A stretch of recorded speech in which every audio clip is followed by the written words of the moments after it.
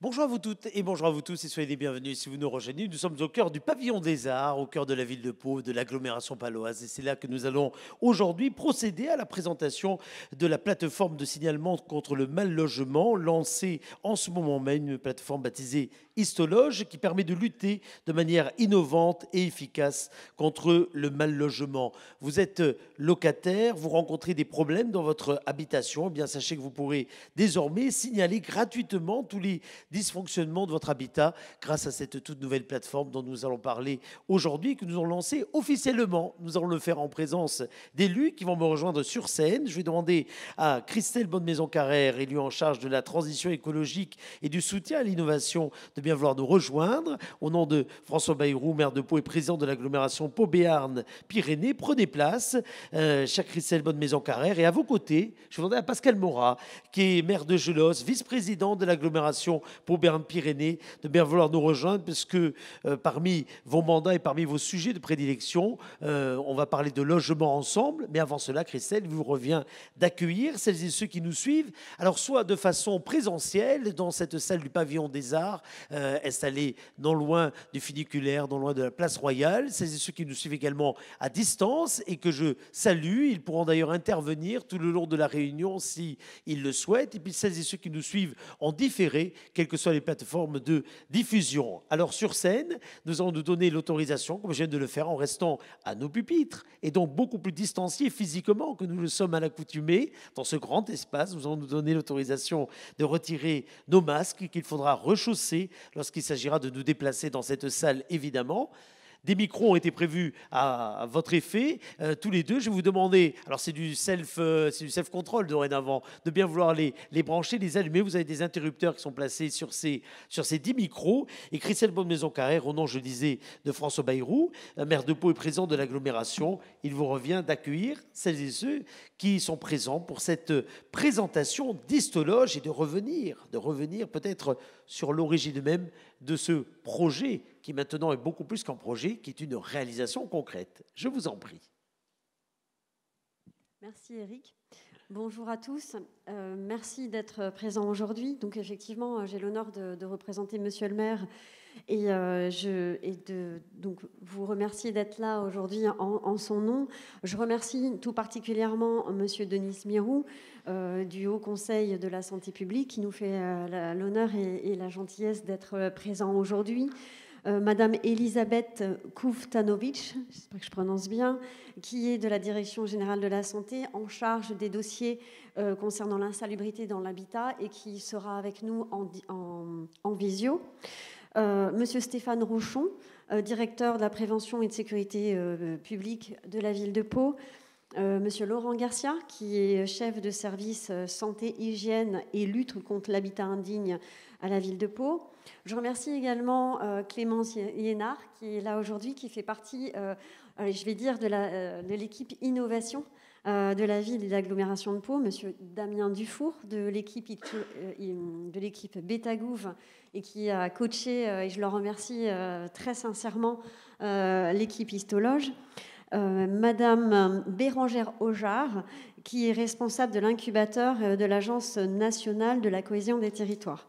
Je crois que j'ai oublié personne. Et merci à tous, élus, amis, d'être là aujourd'hui. Alors effectivement, Histologe, c'est une belle histoire. C'est un projet, je pense, qui est vraiment qui nous tient à cœur à tous parce qu'il parle de problématiques de logement, des problématiques d'insalubrité, d'inconfort dans l'habitat. Et finalement, ça a pris un essor au sein de la ville et de l'agglomération assez remarquable. Je tiens à remercier tout particulièrement Chouaïb Nounès et Alban Sistia qui ont vraiment mis beaucoup d'énergie, beaucoup de cœur pour ce projet et qui m'ont fait la gentillesse de m'inviter dans leur équipe il y a déjà 1 an et demi. Je ne me pensais pas être emportée par ce tourbillon d'événements qui sont arrivés, mais en tout cas, c'est un réel plaisir de travailler avec vous, je voulais vous le dire, vraiment. Voilà, donc l'idée c'était que, pour resituer le contexte, il y a à peu près 2 ans, on a fait un appel à projet pour les agents de la ville en les encourageant à venir nous parler de leurs idées, des idées qui pourraient apporter des solutions face à des problèmes rencontrés avec les citoyens. Et donc, l'idée, ça a été de pouvoir concrétiser ces projets. Histologe fait partie des nombreux projets qu'on a accompagnés, qui avancent, on va dire, à leur rythme, mais on est là pour les soutenir. Il y a des équipes, et je les en remercie très sincèrement, parce qu'ils font un travail remarquable. Et ça, c'est important que vous en soyez conscients. Voilà.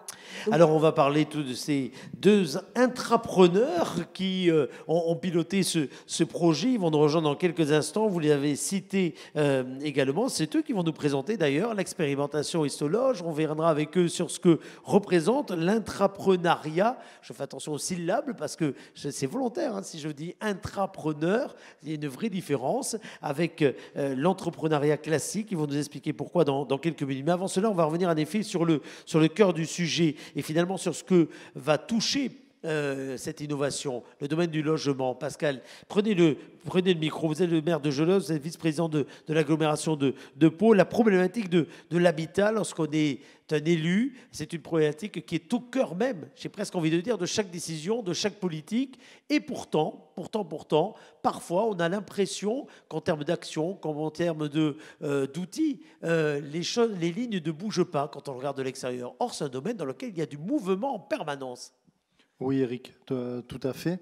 Une politique de l'habitat qui est menée maintenant depuis des années avec une équipe extrêmement solide et qui, avec le temps, s'est renforcée.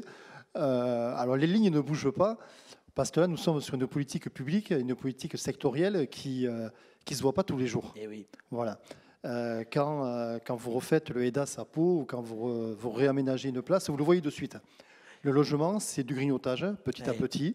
C'est beaucoup d'identification de problèmes, c'est de l'énergie, c'est du mal-être, c'est aussi beaucoup de sociologie parce que finalement, il faut donner l'envie à des gens aussi d'aller vers du bon logement parce que certains se sont habitués à vivre dans des appartements qui ne sont pas comme il faut. Alors, je vais quand même le dire parce que nous avons j'allais dire à Gelos, c'est parce que vous êtes à Gelos, c'est pour ça. Sur l'agglomération ? Oui, mais après, je vais en parler après. Oui. Nous avons la chance sur Pau Béarn-Pyrénées d'avoir une excellente équipe au niveau de l'habitat. Des gens qui sont très soudés, qui sont très complémentaires, qui sont sur toutes les thématiques, avec un programme local de l'habitat qui a été voté par les élus. Et il y avait des élus qui y croient aussi. Donc, vous avez raison, ça ne se voit pas forcément, mais la Maison de l'Habitat travaille énormément. Ah oui. On a de plus en plus de personnes qui viennent nous voir. Nos partenaires bailleurs sur le logement social fonctionnent bien aussi. Le PFL, on a tous les instruments pour faire une belle politique de l'habitat.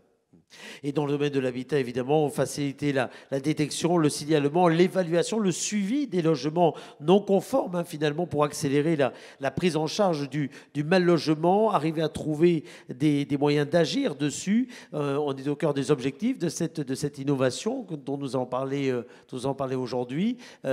Innover par des outils modernes, ça montre que ça touche tous les secteurs, y compris ceux du petit quotidien. Et dans le domaine de l'habitat, Dieu sait si au niveau de la donnée, au niveau de la technologie, au niveau de tout ce que finalement de nouveaux outils peuvent apporter, les progrès peuvent être sensibles et très rapides. Pascal et Christelle. Oui. En fait, ce que vous êtes en train de dire là, c'est que Histologe, c'est la rencontre entre un informaticien et un expert du logement. Eh oui. À la base, on peut se dire que vont faire ces deux personnes ensemble. Ces personnes se sont parlé. Ils ont identifié une idée. Parce que vous savez, quand on fait de l'innovation, au départ, on n'est pas beaucoup à y croire. Ils étaient 2. Ensuite, ils étaient 3. Ils m'en ont parlé. Nous nous sommes retrouvés à 4. Et l'histoire a commencé, cette histoire d'innovation a commencé tout simplement par un problème de logement, puisqu'il fallait vous loger. Oui. Donc, j'ai eu la chance que vous veniez me voir. Donc, vous êtes logé à Gelos, vous allez y rester. Et le message est très simplement passé. Voilà. Et non, c'est parce que je l'ai dit à Christelle. Christelle et moi, nous croyons énormément en ce projet. C'est l'innovation par excellence. Le projet, il vient des agents, il ne vient pas des élus. On ne leur a pas passé de commande. Donc vous avez 2 personnes qui n'étaient pas faites pour se rencontrer et qui, quelques mois plus tard, 3 ans après, se retrouve au ministère pour avoir un prix. Je trouve que l'aglo a vocation à porter cette innovation. Et Christelle va sûrement compléter mes propos, parce que c'est elle qui porte vraiment le projet. On est vraiment au cœur de l'innovation. Christelle Borizon-Carrère, en effet, il y a quelques jours, je ne sais pas à quel moment vous allez regarder cette émission en replay, mais il y a quelques jours, vous étiez en effet au ministère pour accompagner ces intrapreneurs et pour recevoir avec eux une distinction qui souligne à la fois l'effort, on va y parler, l'aventure qui a été, mine de rien, la leur et la vôtre, mais qui souligne également toute la vertu de l'innovation lorsqu'elle vient en effet, j'ai presque envie de dire du bas, c'est pas péjoratif pour les autres, mais lorsqu'elle vient finalement des réalités de terrain, de la volonté de créer autour de réalités de terrain de nouvelles solutions.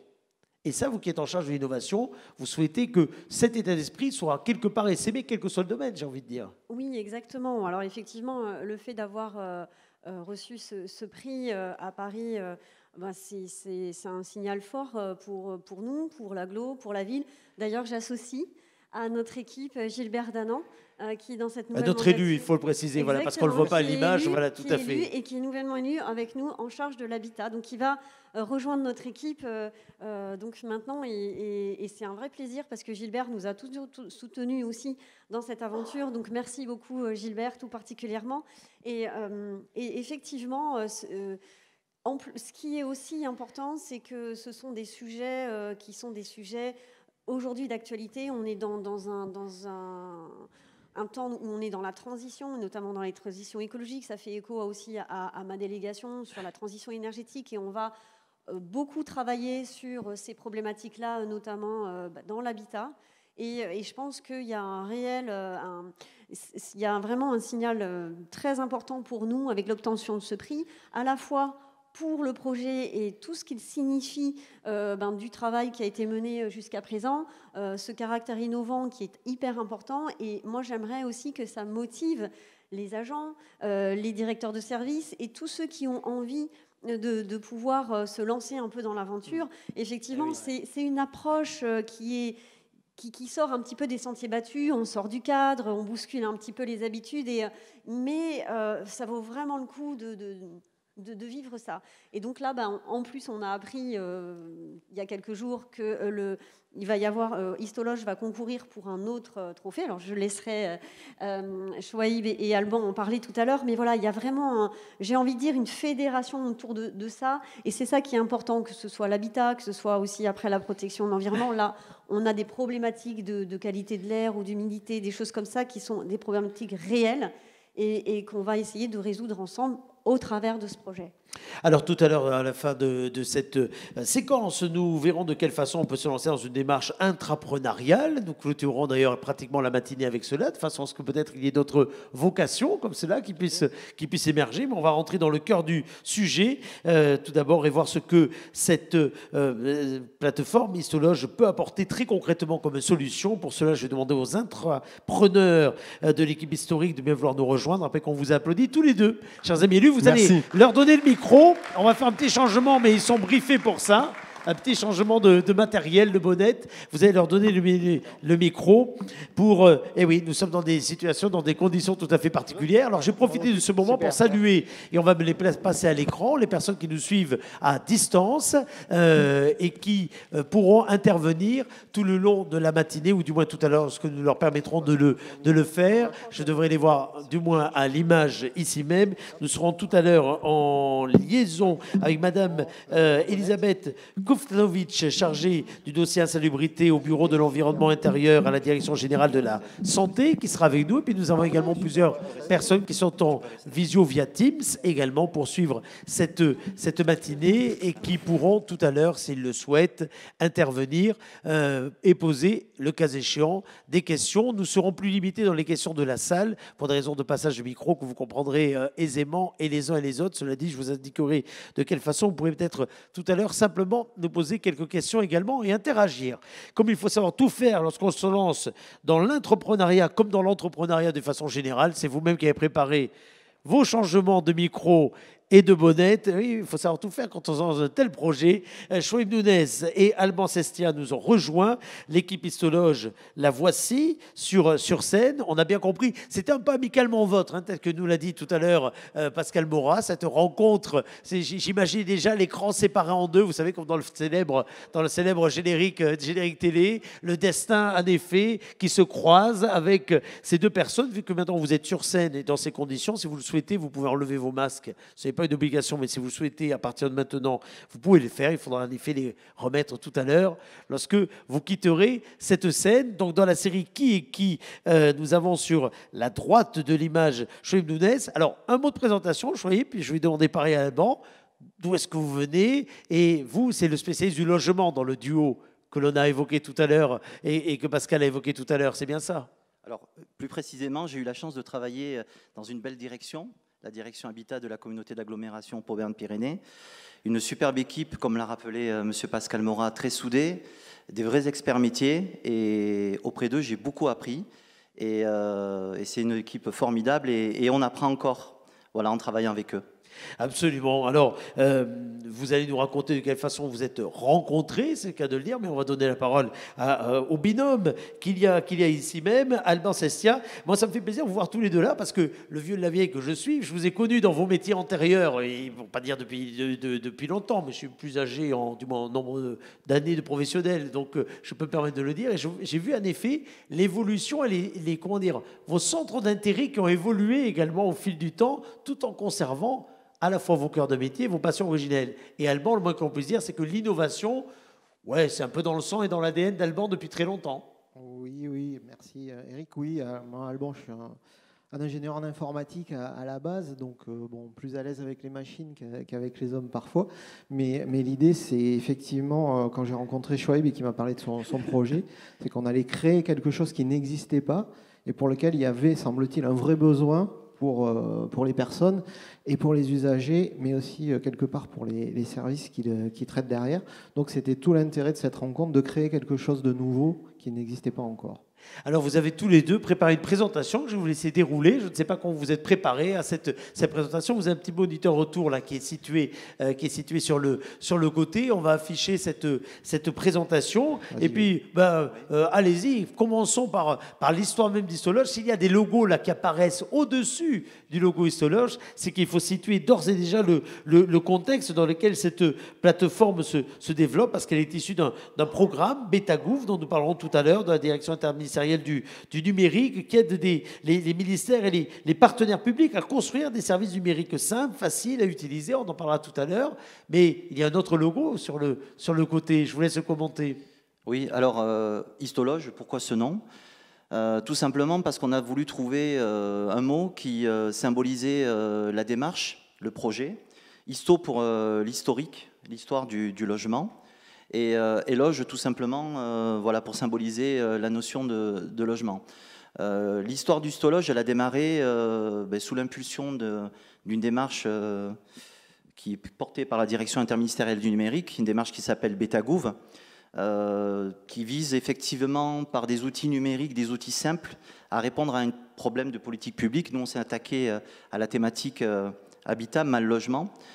Bien entendu, on remercie énormément la communauté d'agglomération Pau-Béarn-Pyrénées, la ville de Pau, qui nous a permis vraiment d'expérimenter, de tester cet outil innovant. Moi, je tiens à remercier également, vraiment du fond du cœur, les vrais experts métiers, c'est ce que j'appelle les héros. C'est-à-dire qu'il y a une équipe histologe qui est composée de Christelle, Alban et Chouaib.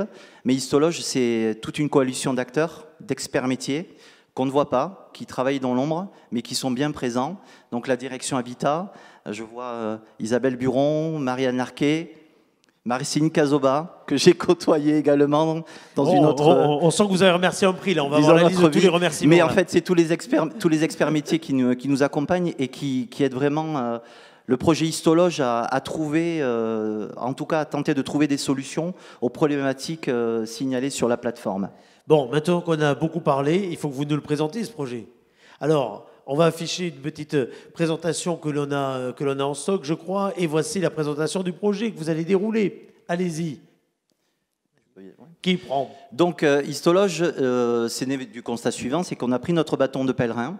Lorsqu'on a investigué, on est allé rencontrer des usagers, des utilisateurs, des citoyens, et qui nous ont pas mal révélé des situations d'inconfort.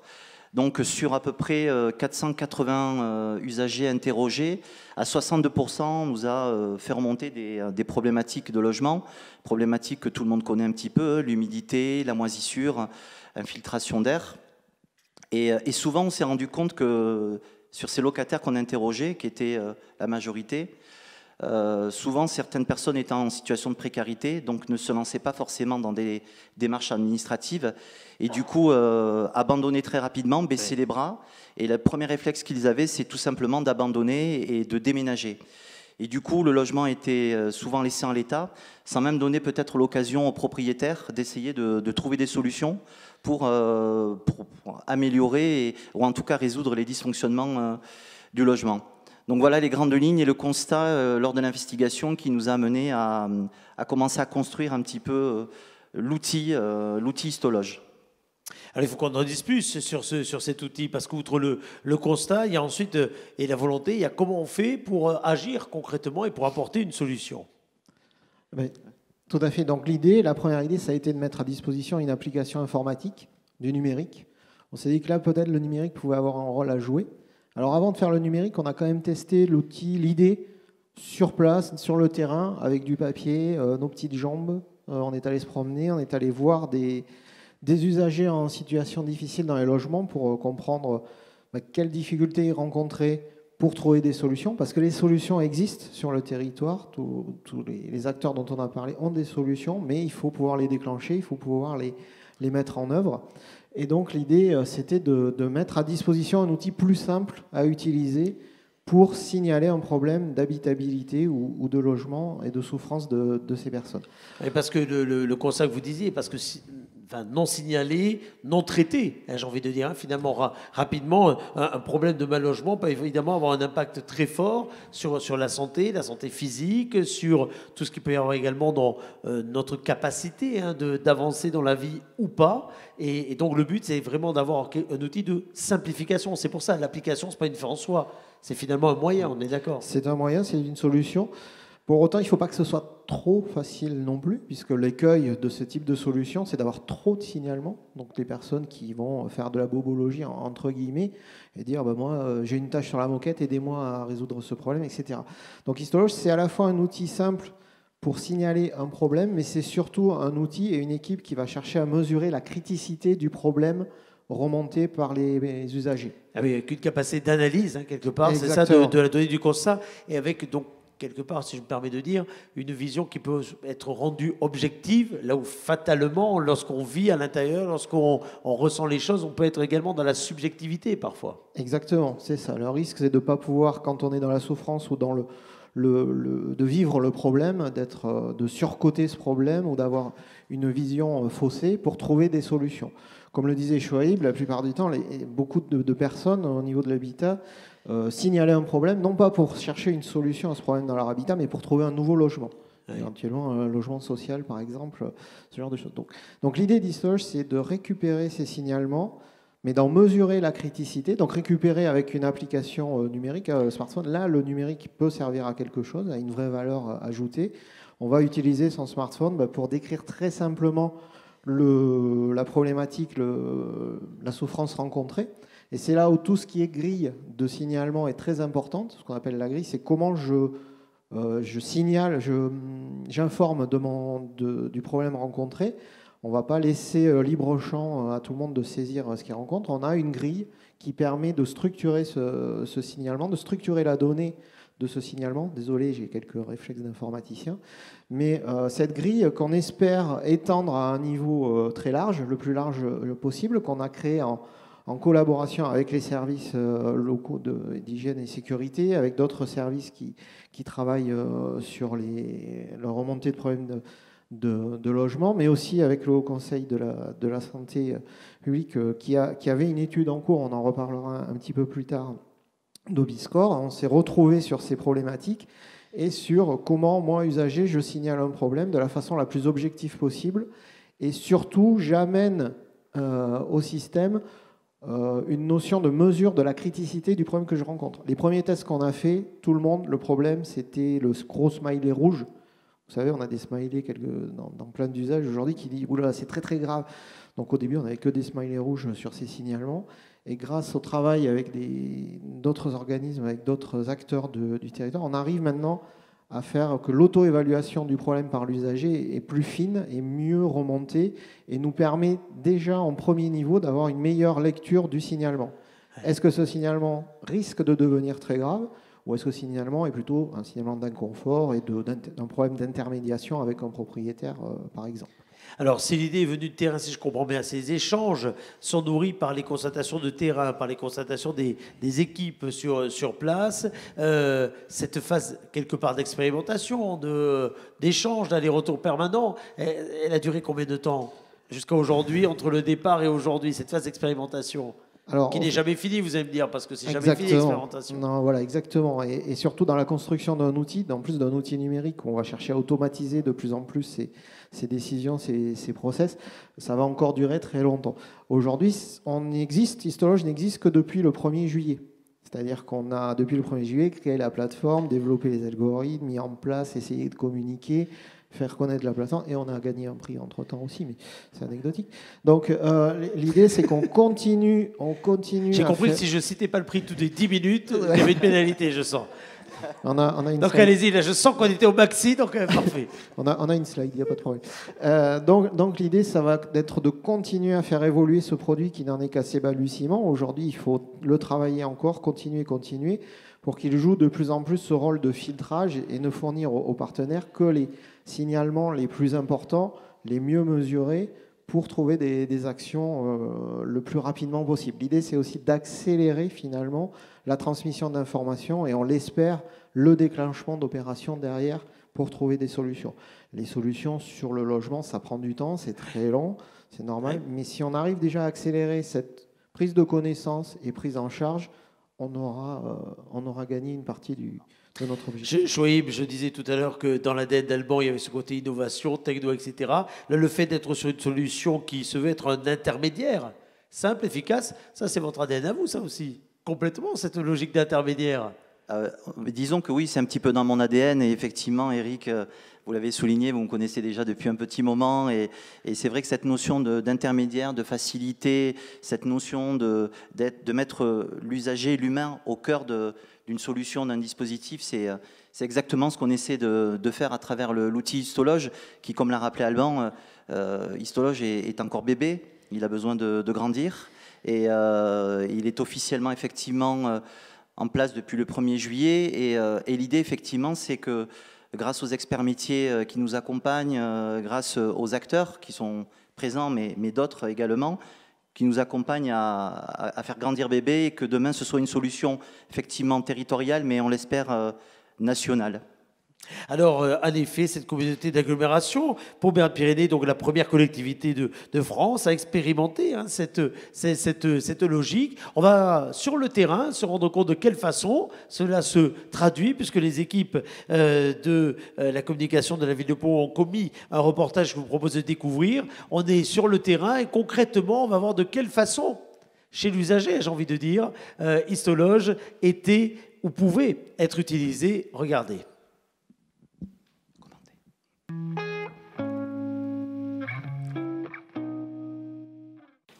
Histologe, après contact avec mon propriétaire. Moi, il m'a proposé, il n'y a pas si longtemps, un logement à peu près de la même surface que chez moi. Après, je vais le visiter dans pas longtemps pour voir ce que ça va donner. Et pour voir si ça sera un meilleur logement qu'ici, parce que là, ça va faire 2 ans que j'habite ici et que psychologiquement, j'en peux plus. Là, le confinement a été très compliqué pour moi, en sachant que rester à vivre dans le noir, bon, après j'ai fait en sorte de, comme il a fait beau, de quand même de toujours ouvrir, mais je peux plus, en sachant que les gens passent devant chez moi pour voir ce qui se passe à l'intérieur de chez moi. Bon, on va dire que c'est très marquant parce que j'ai l'impression d'être épié H24. Mais bon, grâce à vous, je pense que je vais avoir le droit un meilleur logement que celui-ci. Au début, on habite à un appartement qui a une seule chambre de 34 mètres carrés. C'est très petit.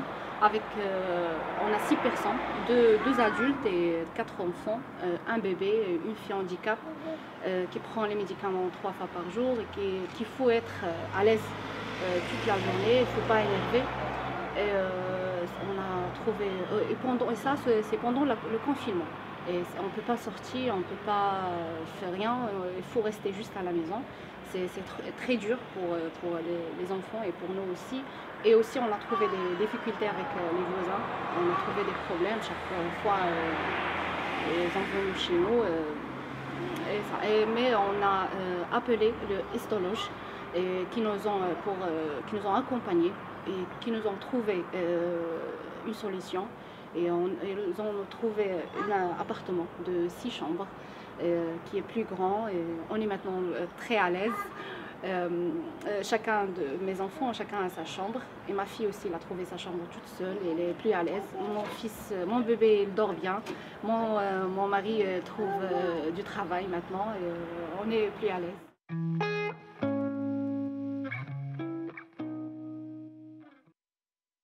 Ce témoignage, parmi d'autres, hein, quelque part, c'est une vraie réalité terrain. C'est pas du tout quelque chose qu'on a monté là spécialement. C'est sur place, hein, un vrai test. Qu'est-ce que ça vous inspire, Chouaib, comme commentaire? Alors, comme commentaire, si vous le permettez, je vais peut-être demander à Monsieur Laurent Garcia du service de l'hygiène de me rejoindre pour commenter le premier témoignage, pour montrer concrètement, voilà, quelles sont les procédures lancées, le partenariat engagé avec les acteurs. Alors, Laurent Garcia, prenez le micro. Vous êtes le chef de service santé, hygiène et lutte contre l'habitat indigne de l'agglomération. Vous allez pouvoir brancher votre propre micro et du moment que vous êtes ici sur scène, en effet, retirer le masque, vous l'avez fait. Un commentaire par rapport à ce qu'on vient de voir. Oui, bien, bonjour déjà. Alors excusez-moi, j'ai une petite extension de voix, j'ai eu quelques soucis. Donc moi j'ai pu rejoindre le partenariat d'Histologe il y a bientôt 1 an maintenant. Chouaib a fait appel à notre service pour évaluer effectivement le côté technique et puis pouvoir les aider dans ce merveilleux projet. Donc depuis le mois de juillet, on voit maintenant de nombreux dossiers on a vu les chiffres tout à l'heure sur l'écran, qui sont arrivés, et notamment le témoignage que nous venons de voir sur le premier témoignage. C'est un des 2 dossiers qui vont aboutir sur une procédure d'insalubrité. Donc on ne peut pas forcément voir on s'imagine peut-être pas l'insalubrité telle qu'on a pu le voir sur les images, parce qu'on voyait peut-être par rapport à une image qu'on peut avoir de l'insalubrité un logement qui paraît un peu correct, mais sauf lors des visites, on s'aperçoit qu'en fin de compte, il y a une chambre avec aucune fenêtre, avec la lumière qui reste allumée constamment, les WC qui donnent sur cette chambre, l'électricité qui est dangereuse. Une seule porte d'entrée avec une seule vitre et puis qui est grillagée. Donc cette personne, on voit sa souffrance psychologique aussi, puisqu'elle a un peu l'impression de vivre en cage, d'être épiée. Donc c'est ça aussi le volet de l'insalubrité et de ces procédures du mal logement, c'est aussi le côté humain derrière. Alors, Histologe, ça nous permet effectivement de traiter de nombreux dossiers, parce que depuis le mois de juillet, j'ai à peu près entre 60 et 70 dossiers qui sont arrivés au service. Donc, ça représente à peu près, sur 3 mois, la moitié des signalements qu'on a habituellement dans l'année. Donc, on voit vraiment qu'Histologe, là-dessus, répond vraiment à ses promesses sur le signalement. Après le signalement, effectivement, nous, acteurs de terrain, donc service hygiène, l'ARS pour l'agglo, puisque moi j'interviens uniquement sur la ville de Pau. Je mets en place les pouvoirs de police du maire, donc sur la ville. Sur la ville. Et après, il y a de nombreux autres opérateurs, on ne pourrait pas tous les lister, parce que nous sommes nombreux quand même à travailler sur cette thématique-là. Et puis voilà, nous après on rentre en scène après le signalement pour vraiment essayer de résoudre le plus rapidement possible les problèmes qu'éprouvent ces locataires dans ces logements. Merci en tout cas pour cette précision et merci d'être venu nous en témoigner. On entendra tout à l'heure Stéphane Rochon, qui est le directeur de la prévention et sécurité publique, qui viendra également sur scène apporter son témoignage. Avant que vous nous quittiez, comme ça fait bien 10 minutes en effet que je n'ai pas cité que vous aviez eu un prix, vous aviez prévu, je pense, quelque chose à ce sujet. Donc c'est maintenant, vous voyez, c'était maintenant qu'il fallait en parler, donc c'est maintenant, Alban. Ce prix, qu'est-ce qu'il représente? Parce que, hormis le sourire que l'on a, et je le sens bien, et évidemment une fierté légitime, quelque part, pour saluer un instant T, parce qu'un prix, c'est jamais une finalité, c'est un coup de projecteur à un instant donné sur quelque chose, un zoom particulier. Qu'est-ce que ce prix, à la fois vous inspire, et puis quelque part vous oblige? Moi, j'aime bien toujours parler des prix de cette façon. D'abord, nous inspire, ça a été vraiment un concours. C'était pas un prix qui a été décerné juste sur l'idée dans un beau dossier ou une présentation PowerPoint. On a d'abord candidaté, on a été sélectionné au niveau régional, donc Nouvelle-Aquitaine, et on a été pitché, comme diraient nos amis de Betagouv. On a été formé pour ça à la dure d'ailleurs, mais on a pu pitcher, présenter le projet, et ce projet a déjà été validé au niveau Nouvelle-Aquitaine devant un parterre d'experts du logement, du domaine du logement. Donc c'était une première reconnaissance par les pairs du projet, de l'intérêt de ce projet et de ce qu'il pouvait devenir. Et on a eu la joie d'être sélectionné déjà en tant que lauréat au niveau Nouvelle-Aquitaine. Donc déjà, belle aventure et intérêt. Et donc on a été défendre ce projet au niveau national, donc à Paris, au ministère de la Transition écologique. Si tu veux expliquer ce qui s'est passé. Oui, alors tout s'est bien passé. Comme vous avez pu Merci, le voir. ça nous rassure. Non, effectivement. Comme on peut en sortir vivant de ce ministère, vous êtes fabuleux. Exactement. Très bien, non, ça nous a permis déjà effectivement, c'est un beau tremplin pour nous. Ça nous a permis également de rencontrer d'autres beaux projets à travers la France. Et surtout, ça nous a permis de vérifier auprès d'instances nationales, et pas des moindres, parce que le prix a été remis par Madame la ministre du Logement, Madame Emmanuelle Vargon, que notre outil a séduit, que notre outil a de l'avenir et que notre outil répond à un vrai besoin terrain. Et ce qui les a séduits également, c'est le potentiel, et le travail déjà entamé, mais qui est encore long, c'est le fait de fédérer beaucoup d'acteurs, cette coalition d'experts métiers qui vise effectivement à rendre un logement beaucoup plus confortable à un usager. Alors avant d'avoir tout à l'heure Denis Birou ici sur scène, qui est président de la commission spécialisée risques liés à l'environnement sur l'outil Domiscore pour le Haut Conseil de la santé publique, nous avons une intervention à distance, celle du député du Val d'Oise que vous avez confié à cette réunion qui va nous rejoindre et qui doit être en liaison ici même, M. Guillaume Villette. Bonsoir, bonjour plutôt. Est-ce que nous l'avons en ligne? Oui. Vous m'avez en ligne et il faudrait que je rétablisse le micro simplement. Absolument. On va juste allumer le micro. J'ai demandé à la régie de bien vouloir nous diffuser votre image. On a déjà votre son ici même, monsieur le député. Merci d'être parmi nous à distance ce matin, de suivre ces travaux et d'une façon générale de vous intéresser d'ailleurs à ces travaux. Je rappelle simplement que vous êtes député du Val d'Oise et membre de la commission des lois. Alors, quel regard vous portez sur ce projet, ce qui est plus qu'un projet d'ailleurs, sur l'histologe aujourd'hui? Écoutez, déjà, ma frustration, c'est de pas être avec vous, parce que j'aurais bien aimé pouvoir participer vraiment à vos travaux. Mais bon, de grande mobilité. Histologe, j'ai une longue histoire avec Histologe, parce que je crois que je les ai rencontrés avant même que le projet soit complètement installé, à une époque où je rédigeais un rapport pour le Premier ministre sur l'habitat indigne, et j'avais rencontré aussi d'ailleurs le Haut Conseil de la santé publique, qui était au tout début de son travail sur l'évaluation, sur une forme de scoring de l'insalubrité et de la dangerosité. Depuis, il y a des choses qui sont passées. Et, entre autres, il y a une ordonnance qui était prévue par la loi Elan et qui est sortie le 17 septembre dernier et qui, à mon sens, est une grande avancée en matière de simplification. Parce que tout ce qu'on fait là, tout ce qu'on raconte, ce que raconte Histologe, ce que raconte le Conseil de la santé publique, c'est que face à l'insalubrité et l'indécence, on arrivait à affronter une très grande complexité. Complexité qui était ressentie aussi bien par les particuliers devant des situations que par les professionnels parfois qui voyaient bien qu'il y avait des désordres dans un logement, mais qui avaient du mal à le caractériser parce on était jusqu'à 13 polices administratives pour caractériser les choses, 21 procédures, donc des choses qui étaient compliquées à mettre en œuvre. Maintenant, on avance. Et je ne sais pas si j'ai inspiré Histologe, je pense que c'est tout le contraire en fait. C'est le travail qui a été fait, qui est un travail remarquable, un outil extrêmement performant pour ce que j'en ai vu, qui est mis en œuvre maintenant sur l'agglomération de Pau, et qui permet deux choses fondamentales. D'une part, un outil pour les particuliers pour signaler leur propre situation, j'y reviendrai un petit peu, et puis aussi évidemment pour évaluer les désordres avec... simplement, de façon simple, qu'est-ce qui ne va pas dans un logement. Et ce sont vraiment deux pierres angulaires d'une action contre le logement indécent et contre le logement indigne. Un point sur le signalement. Alors, le meilleur des systèmes, le plus convivial, le plus efficace, le plus pédagogique, n'empêchera pas que quand on se trouve face à des gens de mauvaise foi, face à des méchants qui veulent, face à des marchands de sommeil, ce sera la justice, la coercition, les autorités qui devront intervenir. Parce que ça, ce sont des gens dont le but est de se nourrir de la misère des autres. Donc là, il n'y a pas grand-chose à faire sinon la répression.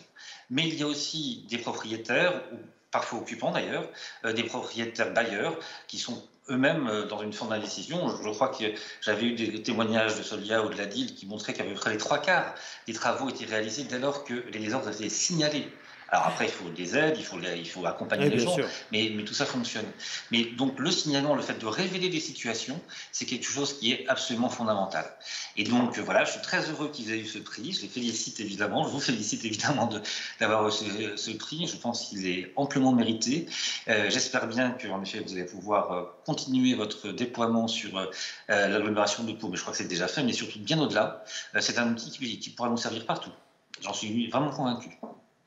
Merci beaucoup, monsieur le député, d'avoir été en liaison avec nous. La salle va vous applaudir, qu'on va applaudir d'ailleurs les deux porteurs de projet ici même, qui vont maintenant céder la place sur scène, qui vont laisser la place sur scène à Denis Birou, qui va nous rejoindre pour le Haut Conseil de la Santé publique. On va vous confier des micros préparés pour cela. Ce sont nos intrapreneurs qui vont le faire.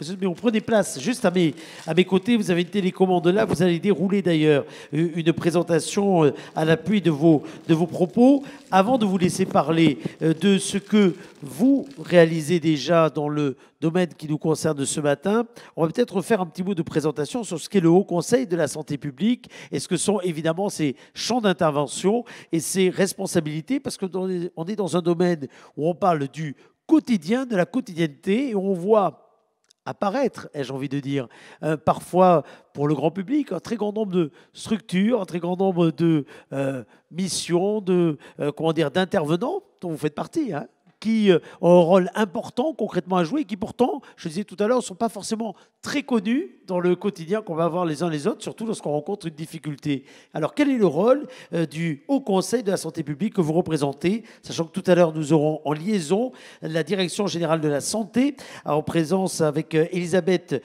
Kuftanovic qui interviendra juste après vous. Vous parlez bien près du micro, par contre. Monsieur. Bonjour.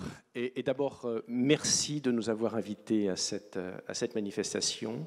Vraiment, non seulement c'est un plaisir d'être ici, parce que nous partageons beaucoup d'objectifs, et je vais y revenir, mais lorsque nous avons été contactés en plein confinement, enfin juste à la sortie du confinement, par l'équipe d'Histologe, alors qu'on venait de lancer, je vais y revenir, la consultation publique pour faire connaître et bénéficier des critiques de la population, notre souci, c'était, lorsqu'on aura modifié, adapté, faire connaître, faire savoir, de telle sorte que ce soit utilisé par le plus grand nombre. Donc, le Haut Conseil de Santé publique... Ça va s'afficher. Hop. Voilà. Alors, le Haut Conseil de Santé publique, c'est un peu petit, j'espère que vous réussirez à le lire. C'est une instance qui a été créée par la loi en 2004, qui existe depuis 2007, qui a pour fonction d'apporter un conseil au gouvernement. Alors, le ministère de la Santé, mais également, notamment la commission dont j'assure la présidence, la commission spécialisée des risques liés à l'environnement, le ministère de l'Environnement, mais également le ministère du Travail et d'autres, le gouvernement dans son ensemble, sur les enjeux de santé publique. Soit des politiques publiques, c'est c'est nous qui contribuons à l'évaluation du plan national santé-environnement, mais également sur des sujets thématiques. Et il y a 3 ans de cela déjà, le ministère de la Santé, en lien avec le ministère en charge du logement, nous envoie une saisine comportant 3 volets général sur la qualité du logement. Comment contribuer à définir les facteurs qui influencent le plus la qualité du logement en termes d'impact potentiel sur la santé. Santé vue dans le sens Organisation mondiale de la santé, qui va, y compris jusqu'au bien-être, au sentiment d'être à l'aise, confortable. C'est un mot qui a été utilisé par la dame qui parlait tout à l'heure, être à l'aise, être bien dans ce logement. Donc ça, c'est un travail qu'on a fait, qui a rendu un rapport fin 2018 sur les principaux facteurs qui contribuent à la qualité du logement du point de vue de son impact pour la santé publique et le bien-être. Et à partir de là, comment élaborer un outil qui permette d'une manière harmonisée, simplifiée, mais rigoureuse, de qualifier un logement, dans sa complexité, un logement à tant de paramètres. Monsieur Garcia l'a décrit brièvement, il le fait tous les jours, comment qualifier de manière précise tous ces facteurs qui influencent, et de telle sorte que ce soit utilisable par une série large de professionnels, pas que les techniciens assermentés de l'ARS ou des villes, dont c'est le métier, qui savent parfaitement faire, mais si on veut pouvoir couvrir l'ensemble du parc progressivement, de telle sorte que les élus aient connaissance de la qualité du parc sur leur territoire, en ville et sur une métropole, les acteurs de l'immobilier, du logement social, également des acteurs privés, ou bien les associations qui promeuvent le droit à un logement et un logement de qualité.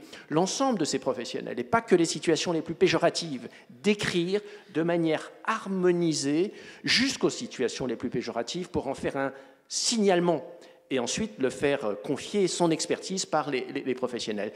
Eh bien, c'est ça le pari du demi-score. En fait, on a utilisé le terme demi-score parce que le Haut Conseil de santé publique a été très engagé dans l'accompagnement, le soutien au Nutri-Score. Au Nutri-Score, ce que j'allais dire, en santé avec score. Tout le monde connaît ici, tout le monde utilise, qui au départ était conçu et rêvé comme un outil devant être obligatoire. Ça n'a pas été possible, les groupes de pression ont réussi à faire en sorte qu'il ne le soit pas. Mais ce qui s'est passé, c'est que la société s'en est saisie. Tous les citoyens aujourd'hui veulent savoir si c'est affiché sur le produit qu'ils sont en train de contempler sur les étagères.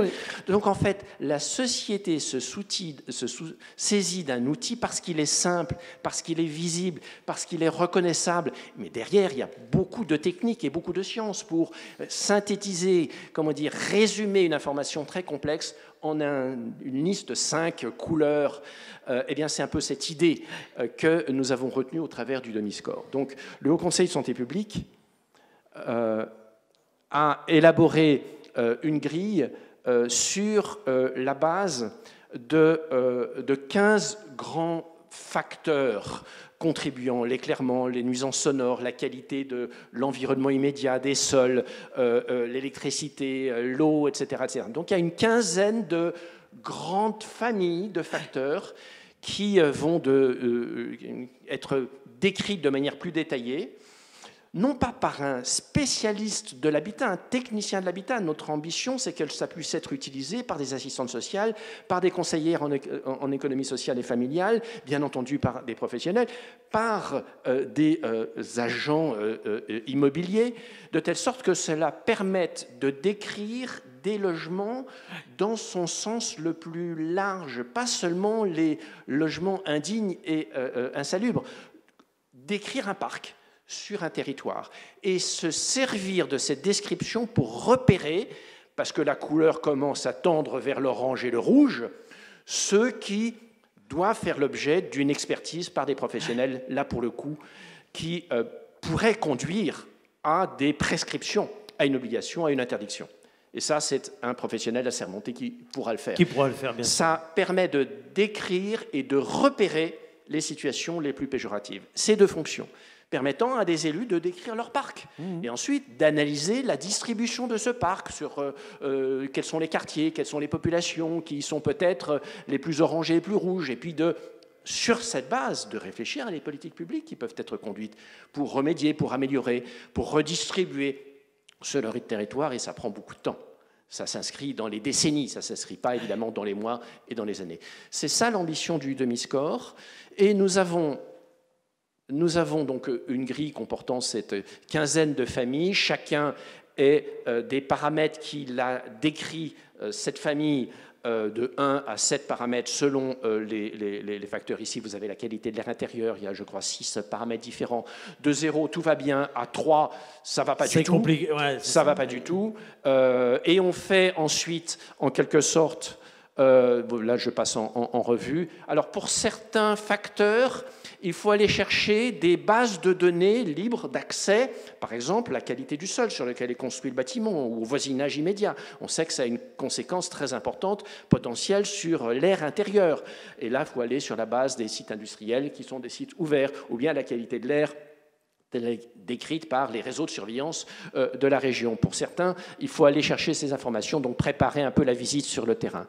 Et cela aboutit à des classements, famille par famille, on fait la somme des scores, c'est très simple, et ça donne une couleur par famille, par exemple sur l'éclairage du logement.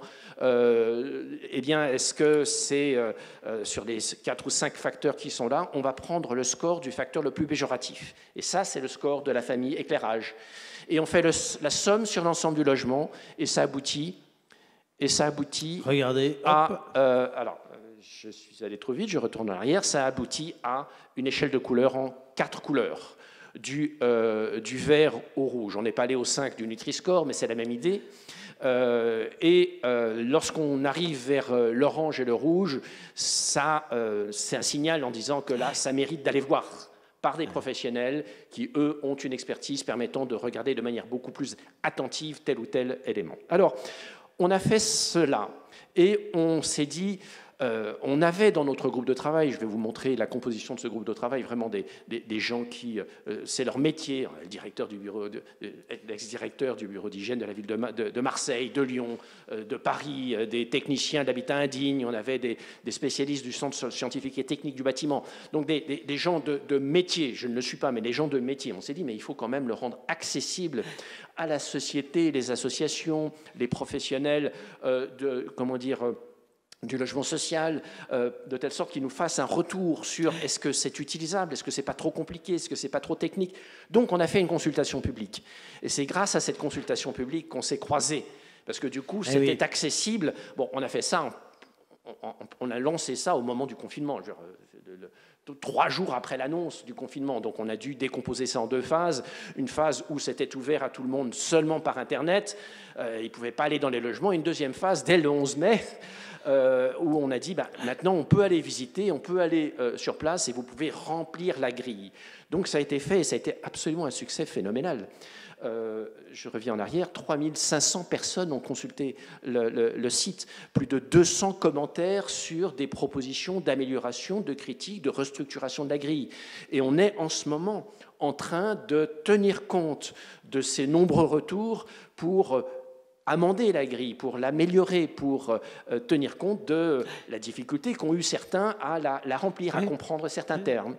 Eh bien, c'est ce travail qui sera finalisé, je l'espère, fin octobre, et qui donnera lieu à la publication d'une version finale du Nomiscore, mis à la disposition de tous les acteurs, élus, services techniques chargés du logement, travailleurs sociaux, opérateurs du logement social, mais également, pourquoi pas, même s'ils ont peu répondu à la consultation, les promoteurs immobiliers, les agents, etc., parce qu'ils ont aussi besoin de connaître le parc et de le qualifier. Encore une fois, ce n'est pas le doigt mis sur les mauvais, c'est le doigt sur l'ensemble du parc et sa description et de sa distribution. Donc voilà les gens qui ont contribué à ce travail, que je remercie absolument, et cette rencontre dont vous avez été à l'initiative, c'est vous qui nous avez contactés en disant ça croise, et on a vu une bonne partie de nos questionnements, de nos problématiques, est une chance formidable, et nous espérons par là même, une fois que l'outil qui répond à quand même des objectifs légèrement différents, comme je vous l'ai décrit, permettra d'être connu, utilisé par le plus grand nombre de professionnels et d'acteurs. Merci beaucoup. En tout cas, vous allez assister à la suite des travaux et puis entendre également le témoignage d'Elisabeth Kuftanovic, qui est chargée du dossier insalubrité au Bureau de l'environnement intérieur, à la Direction générale de la santé, qui est avec nous en liaison et que nous allons donc accueillir, si vous voulez bien, sur les écrans. On va rappeler, et on va vous applaudir évidemment. On va rappeler que le mal logement concerne aujourd'hui plus de 4 millions de ménages en France, avec des conditions qui entraînent des conséquences, on le disait, graves, irréversibles sur la vie des ménages au quotidien, notamment sur leur sécurité, sur celle des enfants, sur leur santé en général. Et j'imagine que vos propos, votre attention, vous qui êtes chargé de ce dossier insalubrité, votre attention sur la plateforme ISOLOGE est de pair avec cette constatation que je rappelais, ce constat que je rappelais. Vous êtes avec nous, Madame Kuftanovic? Bonjour, vous m'entendez? Ça y est, nous vous entendons, ça y est. Nous vous entendons, nous vous voyons. Voilà, donc déjà je vais me présenter. Donc, je suis ingénieure de génie sanitaire et je travaille donc sur la salubrité de l'habitat au Bureau de l'environnement intérieur, des milieux de travail et des accidents de la vie courante à la Direction générale de la santé. Ce bureau a pour mission, donc en liaison avec les autres ministères concernés, la gestion des risques liés à l'habitat notamment, et notamment les actions concernent la salubrité de l'habitat. De ce que j'ai entendu aujourd'hui, en fait, ce que je peux en résumer, c'est que l'habitat est un déterminant environnemental de santé majeur, comme interlocuteur précédent, monsieur de la santé publique. Donc, le rôle du ministère de la Santé en matière de lutte contre l'habitat indigne, c'est plus particulièrement la lutte contre l'insalubrité. Donc, à ce titre, le ministère et donc notre bureau participent à l'action interministérielle donc, sur cette thématique, notamment sur la législation en matière de lutte contre l'insalubrité. De ce que je voulais rappeler également, c'est qu'il y a eu quand même une évolution réglementaire majeure suite à la loi Elan de 2018, notamment l'article 198 de cette loi qui a habilité le gouvernement à légiférer par ordonnance pour simplifier les polices administratives qui sont mises en action dans la lutte contre l'habitat indigne et que l'on retrouve dans le Code de la construction et de l'habitation et dans le Code de la santé publique pour ce qui concerne toutes les procédures à salubrité et saturnisme. Suite à cette loi Elan, il y a eu une ordonnance qui est sortie récemment, en mi-septembre 2020, qui en fait harmonise et simplifie les polices donc des immeubles, locaux et installations et crée une police unique de mise en sécurité et de traitement de l'insalubrité. Donc il y a aussi des évolutions réglementaires qui sont à l'œuvre. Donc en plus de tout ce qui a été discuté aujourd'hui sur l'action de différents acteurs qui interviennent dans la lutte contre l'habitat indigne et notamment le rôle majeur des maires. La liaison est compliquée. De ce que je retiens La liaison est compliquée et on manque un peu de qualité de débit. On va essayer de vous reprendre et je vais vous laisser reprendre votre propos, à moins qu'on ne passe en liaison téléphonique. Mais je vais vous laisser terminer. On va retenter, fait-on signe, et on va essayer de vous entendre peut-être en coupant, peut-être, me dit-on, votre caméra, de façon à ce que le flux que vous avez chez vous se concentre sur la voix. D'accord. Est-ce que vous m'entendez mieux là? Allez-y, beaucoup mieux. Donc voilà, donc j'ai expliqué qu'il y avait eu des évolutions réglementaires récentes en matière de lutte contre l'habitat indigne, avec justement cette harmonisation et simplification des polices. Ça, c'est plus sur l'aspect coercitif. Du coup, votre outil, en fait, Xologe. Pour replacer un peu déjà, je vous remercie de nous avoir invités et de nous avoir fait connaître cet outil, cette plateforme. Vous nous aviez contacté il y a quelques mois et pour nous la présenter. Et on est très content aussi de participer à ce premier retour d'expérience après une utilisation sur 3 mois, puisqu'elle a été mise en place en juillet. L'intérêt que l'on porte à cet outil, c'est qu'il est à une étape clé en fait pour le déroulé des politiques de la lutte contre l'habitat indigne, c'est l'étape clé du repérage et du signalement. Ce qui est très intéressant, c'est l'approche globale, pas uniquement centrée sur le logement. Donc, comme il a été expliqué par les différents intervenants, il y a un volet humain très important dans toutes ces situations liées au mal logement. De ce que je peux dire aussi par rapport à l'intérêt et surtout au lien avec l'outil Domiscore, j'ai bien compris qu'il y avait eu un travail en collaboration avec l'adaptation de la grille qui a été et ce qui est très intéressant également sur cette plateforme, c'est l'aspect et de trouver en fait des solutions pour les personnes qui signalent et de leur permettre d'être prises en charge par les services les plus à même de répondre à la question qui est posée par les ordres observés dans le logement. Absolument. On a de nouveau quelques difficultés de liaison. Je vous propose de rester en ligne avec nous. On va vous applaudir et vous remercier pour cette intervention. Vous restez en ligne avec nous. On va essayer de vous reprendre peut-être un petit peu plus tard. Je demande à Stéphane Rochon, qui est le directeur de la prévention et de la sécurité publique ici au niveau de l'agglomération, de bien vouloir me rejoindre. On a nettoyé les micros. Vous allez pouvoir vous saisir de l'un d'entre eux. Je vous en prie, monsieur le directeur, prenez le micro. Il faut que vous l'allumiez en autogestion complète aujourd'hui pour que vous peut-être reprécisiez. On fait un zigzag entre le national et le local, mais cela dit, on se rend bien compte que ces problématiques touchent évidemment tous les habitats, quel que soit l'endroit où l'on se trouve. Et évidemment, l'agglomération de Pau n'est pas exclue de ces problématiques, loin s'en faut. Et la nécessité d'être rapidement informé pour pouvoir rapidement agir, on le sent bien, est un fil rouge qui, ma foi, correspond à l'urgence du quotidien que vous connaissez fort bien. Oui, tout à fait. Alors, bonjour. C'est bon. Bonjour à toutes et à tous déjà, et merci pour votre accueil. C'est fort agréable de pouvoir être présent parmi vous ce matin.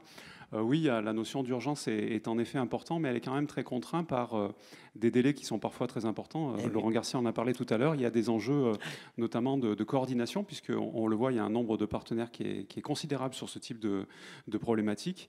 Et donc la nécessité de pouvoir faire vite est quand même soumis à des enjeux de coordination pour être sûr de ne pas faire, comme on dit, n'importe quoi. Donc ça, ces enjeux de coordination sont importants, surtout que ça fait jouer parfois des relations avec le parquet, notamment pour nommer des experts, pour pouvoir évaluer, pour évaluer le bien immobilier. Et donc là, ça nécessite du temps et des procédures qui sont relativement longues. D'où la nécessité, comme l'a dit tout à l'heure le député Buvité, la nécessité de pouvoir améliorer et faciliter finalement la question des procédures d'urgence. On le voit, l'article 198 de la loi Elan, qui a été récemment voté par ordonnance, permet justement de très largement accélérer la procédure pour pouvoir faire en sorte que le maire, dans le cadre de ses pouvoirs de police, puisse agir le plus rapidement possible. Avec une capacité, on le disait tout à l'heure, avoir quelque part une base sur laquelle les différents points de vue, les différents acteurs peuvent se retrouver. Parce que souvent, le prisme déformant autour d'une réalité fait perdre beaucoup de temps et fait perdre également parfois des capacités d'agir ensemble. Oui, c'est ça. Il y a des enjeux de critérisations, de scoring, comme on l'a dit tout à l'heure, qui sont aujourd'hui d'usage et qui sont très largement développés sur l'ensemble des partenaires. Mais au-delà de ça, on peut voir aussi que sur certaines situations, il y a des conflictualité qui s'opèrent, notamment sur la question de la valeur du bien. C'est-à-dire quand il s'agit de démolir un bien, quand il s'agit de réaliser des travaux, ça coûte des sommes monumentales qu'on n'imagine même pas et que Laurent Garcia nous rappellera tout à l'heure, parce que c'est quand même pas des petites sommes, c'est des sommes parfois très importantes. Et bien évidemment, il y a une bataille d'experts pour pouvoir faire en sorte sorte de bien clarifier la notion de ces enjeux et d'avoir le bon coût finalement des travaux qui seront engagés. Donc là aussi, c'est une forme de conflictualité qui est très importante dans la façon d'évaluer les problématiques. Laurent Gassin, vous pouvez revenir d'ailleurs si vous le souhaitez rapidement. Vous avez même place, même endroit, je pense même micro. Donc allez-y, vous pouvez l'utiliser, vous en saisir pour compléter un petit peu les propos, parce que là on voit bien en effet la nécessité d'être toujours dans la réalité. Et la réalité, elle est parfois en effet compliqué à accepter lorsque l'on est en situation, lorsqu'on est dans l'habitat, lorsqu'on est en situation de quotidienneté, et pourtant elle est parfois très complexe. Oui, tout à fait. Alors, je vais citer un bel exemple ce matin avec mes collègues, de nombreux intervenants. Nous étions sur une visite au pied du château, sur un immeuble, rue Marca. Ouais. Là, ça illustre très bien. Alors, cet immeuble, c'est un élu en passant au pied du château qui a dit « les façades comme ça, elles ne sont pas terribles ». Il y a d'autres élus qui ont d'autres citations, on passe au pied du château. Mais... Voilà. Voilà. Et puis, avait demandé aux équipes de pousser les investigations. Aïe. Et donc, nous sommes rentrés. Donc, à l'époque, moi, je n'étais pas là, mais mes collègues sont rentrés. Ils ont vu quelques désordres au niveau des caves. Donc, on a fait étayer. On a pris une procédure de péril imminent. Nous avons fait étayer. Et puis au fur et à mesure, qu'on grattait, on s'apercevait qu'il y avait d'autres désordres. Il y avait des propriétaires occupants, il y avait des locataires et qui nous faisaient part de problèmes qu'ils rencontraient. Donc nous avons gratté. Et puis ce matin, nous avions une visite sur place avec la nationale et puis les opérateurs aussi, parce que nous arrivons à peu près à une enveloppe de 2 à 4 millions de travaux. Ah oui. Voilà, un immeuble au pied du château sur... c'est parti de façade et après de locataires qui nous ont fait part de désordre. Donc là aussi, la problématique du signalement, je pense que Histologe, ça va être un outil qui pourra permettre justement ce signalement, une action peut-être un petit peu plus rapide aussi. Mais voilà, c'est un peu pour illustrer un bel exemple ce matin des propos de M. Rochon. Et oui, avec là on prend un exemple particulier dans un quartier pour en avoir des tas d'autres, parce que cette réalité, elle est, on parle de l'agglomération de Pau, mais on peut évidemment extrapoler à toutes les villes et tous les centres-bourgs français. C'est une réalité de quotidien sur un habitat qui vieillit aussi. Oui, et il faut reconnaître là la pertinence politique, si je peux me permettre, c'est-à-dire en effet, pour Monsieur le maire de la ville de Pau, c'est dès son premier mandat, c'est quelque chose qui était très important, avec une volonté très forte de la part de Monsieur le maire de pouvoir lutter contre les marchands de sommeil. Ouais. Et bien avant finalement l'accident de la rue d'Aubagne à Marseille, parce qu'il y a eu il y a aussi cet événement qu'il est important de citer. Oui, j'allais venir tout à l'heure. De pouvoir véritablement prendre à bras le corps cette difficulté. Aujourd'hui, l'INSEE table à 80 000 logements quand même qui sont dans une situation d'insalubrité. Donc ce qui témoigne, et à l'échelle de l'agglo, on est sur un chiffrage autour de 1274 habitations qui pourraient être soumis à ces problématiques d'habitat indigne ou d'habitat insalubre. Et donc ça témoigne vraiment de la pertinence de pouvoir combattre cette démarche-là. Et ça a été encore un peu plus soutenu par Monsieur le maire qui a souhaité, et fortement pour vos équipes, de pouvoir recruter un 4e poste d'inspecteur insalubrité pour pouvoir faire en sorte de soutenir la démarche et maintenir cette lutte contre les marchands de sommeil et faciliter aussi, parce qu'on parle souvent des marchands de sommeil, mais il y a aussi une façon, il y a un enjeu social qui est fort, c'est-à-dire, au fond, on s'attaque à la pauvreté par la racine aussi, c'est-à-dire, quelque part, c'est aussi ces personnes précaires, comme on a pu le voir tout à l'heure dans le reportage, qui sont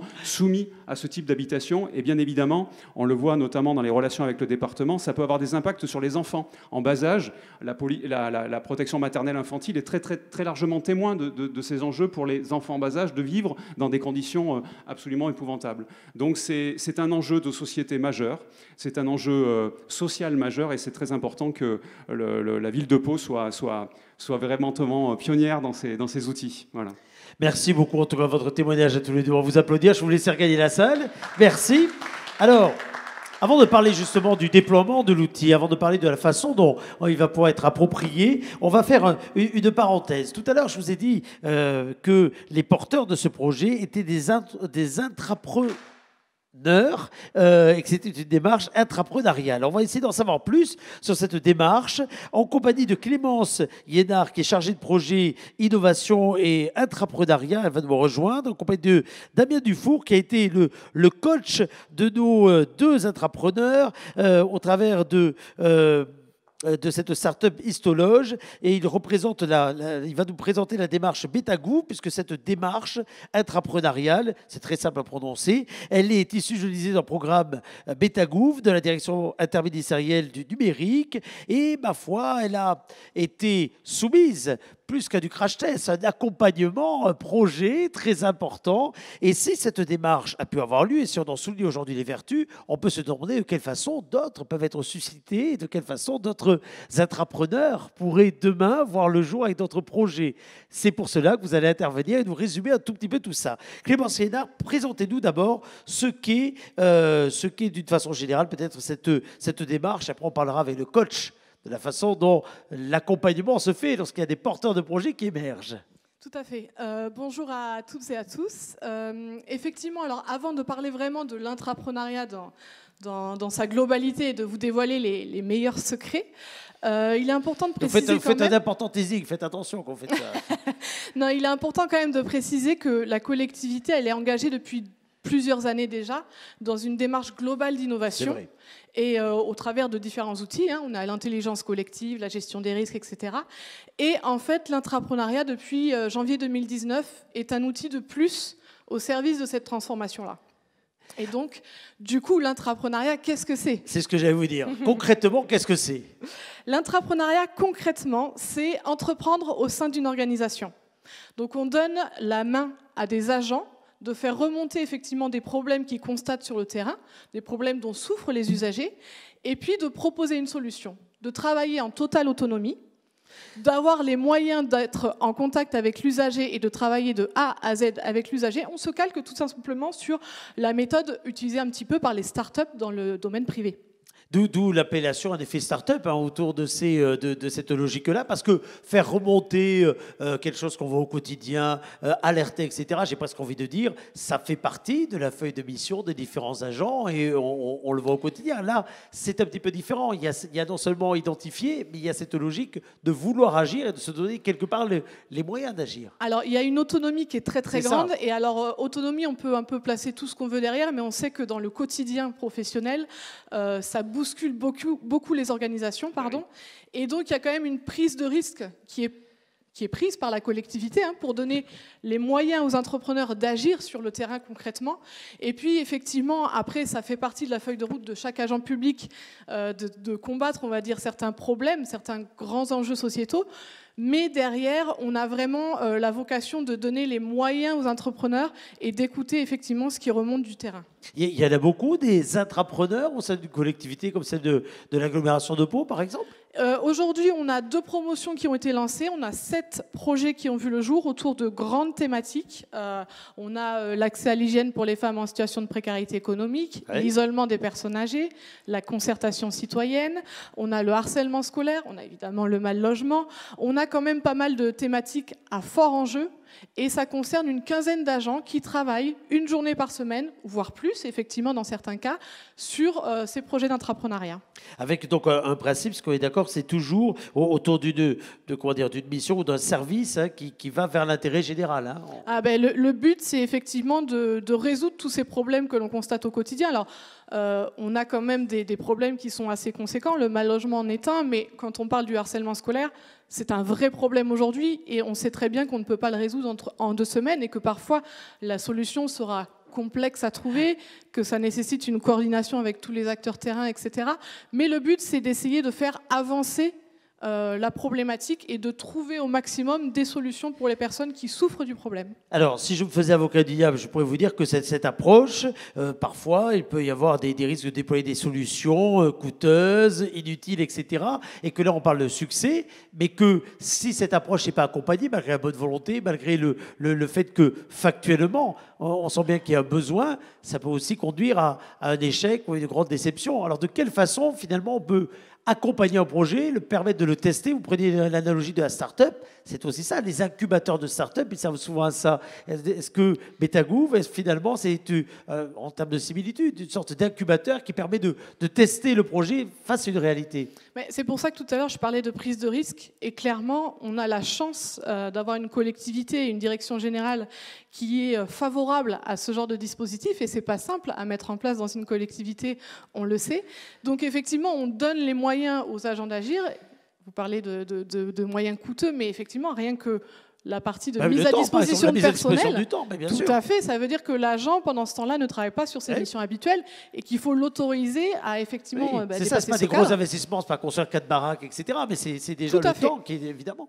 Tout à fait. Et effectivement, on a la chance d'être accompagné quand même par un partenaire moi que j'appelle un partenaire de luxe, par Betagouv,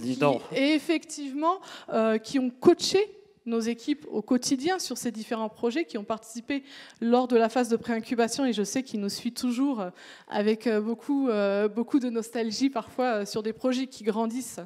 Mais ils ont contribué à mettre en place effectivement ce dispositif intrapreneurial au sein de la collectivité, et Dieu sait qu'on a besoin d'eux encore aujourd'hui. Alors, Damien Dufour, après tous ces compliments, c'est vous le coach. Alors, expliquez-nous ce qu'est Betagouv, très concrètement. Je vous fais grâce de vous demander qui a trouvé ce nom-là, mais expliquez-nous ce qu'est Betagouv et expliquez-nous concrètement de quelle façon vous intervenez.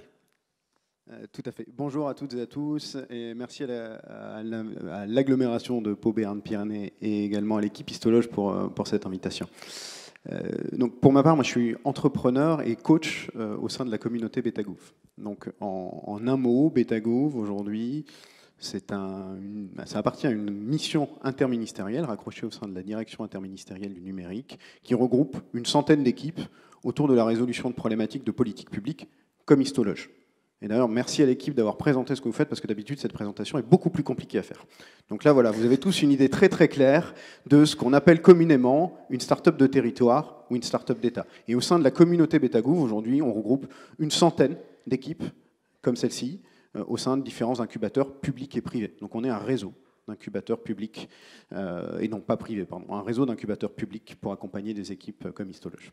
Et donc, l'accompagnement, prenons l'équipe, là, tout à l'heure, c'est vous qui les avez fait souffrir, donc pour les préparer à pitcher. Remarquez, Alban, moi je connais vraiment depuis des années, et on va se tutoyer parce qu'on vient se tutoyer, je n'ai jamais senti aussi à l'aise derrière un micro qu'il a été là. Et puis, à mon avis, c'était pas ni la première fois ni la dernière. Donc l'accompagnement n'est pas que sur ça. J'imagine qu'il est très transversal, monsieur le coach.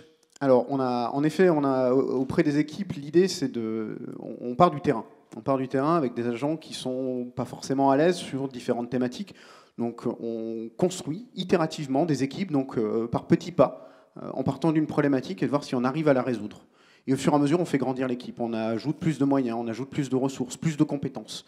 Et donc, notre rôle en tant que coach, c'est d'aider l'équipe, de montrer comment faire, de faire avec elle, concrètement, et puis au fur et à mesure, d'autonomiser l'équipe avec ses nouvelles responsabilités pour qu'ils soient en capacité de devenir des intrapreneurs, donc des entrepreneurs au sein de leur administration, pour être capables de faire grandir leurs projets et de démultiplier leur impact auprès des personnes en souffrance de la difficulté identifiée. Et cet accompagnement, je reviens un petit peu là-dessus, mais pour susciter aussi des vocations, hein, encore une fois, il repose sur vous, mais il repose sur d'autres experts, j'imagine, qui peuvent intervenir sur tel ou tel point, parce que sur un projet, il y a un peu d'économie, il y a un peu de présence, il y a beaucoup de domaines. Alors tout à fait, au sein de la communauté, aujourd'hui, on a environ 350 personnes qui interviennent pour accompagner les équipes. On a des différents profils, on a des profils techniques, des développeurs, informaticiens, on a des personnes qui sont en charge du déploiement, donc d'aller taper à la porte des administrations, des collectivités, des partenaires, pour faire grandir l'impact du projet. On a des personnes qui sont plutôt en charge de la communication, on a des personnes qui sont en charge de l'interface, du design, de la construction des produits. Et donc on est en capacité de mobiliser tout un réseau aujourd'hui de partenaires, de prestataires, pour accompagner la construction de ces équipes-là. On est entre nous, il n'y a personne qui écoute, ou du moins pas. Là, il n'y a pas de public, il n'y a personne, etc. On est juste entre nous. Parlez-nous de ces intrapreneurs. Vous les jugez comment ? Ils sont très pugnaces et très résilients. Très résilients. Pour l'anecdote, en fait, on a commencé à travailler avec l'agglomération, pour le coup, en 2018. Et on avait lancé une première promotion. Et en fait, on avait un candidat masqué qui était Chouaib et qui avait participé à la première version du programme de préincubation et qui nous a rejoint pendant la deuxième version du programme de préincubation. Donc vraiment une envie très très forte, très tenace de tirer ce projet qui avait beaucoup d'intérêt et pour le coup qui s'est transformé dans le temps. Donc je pense que c'est le terme qui vous qualifie le mieux aujourd'hui. Clémence, je pourrais vous faire le même exercice. Alors déjà, j'avais oublié d'en parler tout à l'heure.